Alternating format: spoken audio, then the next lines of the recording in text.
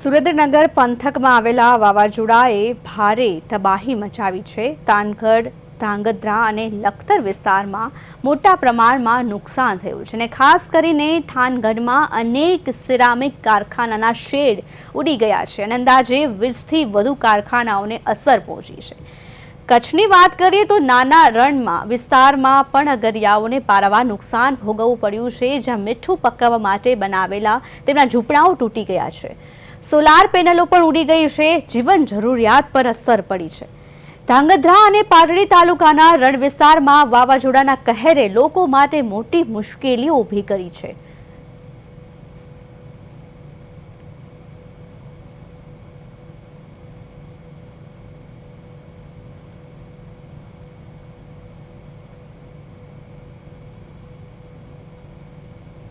વધુ માહિતી માટે સુરેન્દ્રનગરથી જિગ્નેશ પંડ્યા ફોનલાઈનથી જોડાઈ ગયા છે। જિગ્નેશ, સુરેન્દ્રનગર પંથકમાં અનેક વિસ્તારોમાં વાવાઝોડાએ તબાહી મચાવી છે, શું છે વધુ અપડેટ્સ?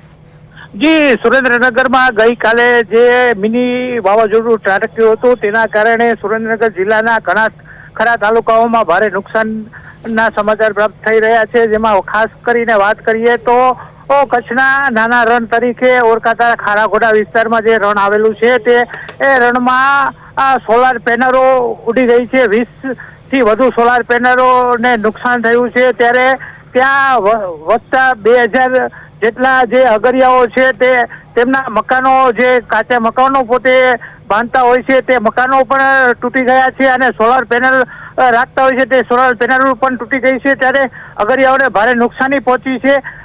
થાનની વાત કરીએ તો થાનમાં જે કાલે સાંજે જે વાવાઝોડું આવ્યું એ વાવાઝોડામાં 50થી 60 કિલોમીટરની ઝડપે પવન ફૂંકાયો હતો અને તે પવન ફૂંકાવાના કારણે થાનના અનેક સિરામિક ઉદ્યોગકારો છે જે અત્યારે હાલ યુદ્ધની પરિસ્થિતિના કારણે ગેસની સમસ્યાથી તો ઝઝૂમી રહ્યા છે, ત્યારે આ કુદરતના માર સામે પણ તેમને ફટકો પડ્યો છે। તેમના શેડના પતરાઓ ઉડી ગયા છે અને ફેક્ટરીમાં રાખેલો માલ પણ પલળી ગયો છે, તેના કારણે પણ તેમને નુકસાનીનો સામનો કરવો પડી રહ્યો છે। ત્યારે લખતર તાલુકા, લીંબડી અને ચોટીલા તાલુકામાં પણ ભારે એવું નુકસાન થયું છે। લખતર તાલુકામાં નાની દુકાનો ના જે શેડ હોય તે તૂટી ગયા છે અને લખતર તાલુકામાં જે ખેડૂતો છે તેમના વાવેલો પાક પણ નિષ્ફળ જવાની શક્યતા સેવાઈ રહી છે। ચોટીલાની વાત કરીએ તો સુરેન્દ્રનગર જિલ્લામાં સૌથી વધુ કાલ માટે વરસાદ ચોટીલા ખાતે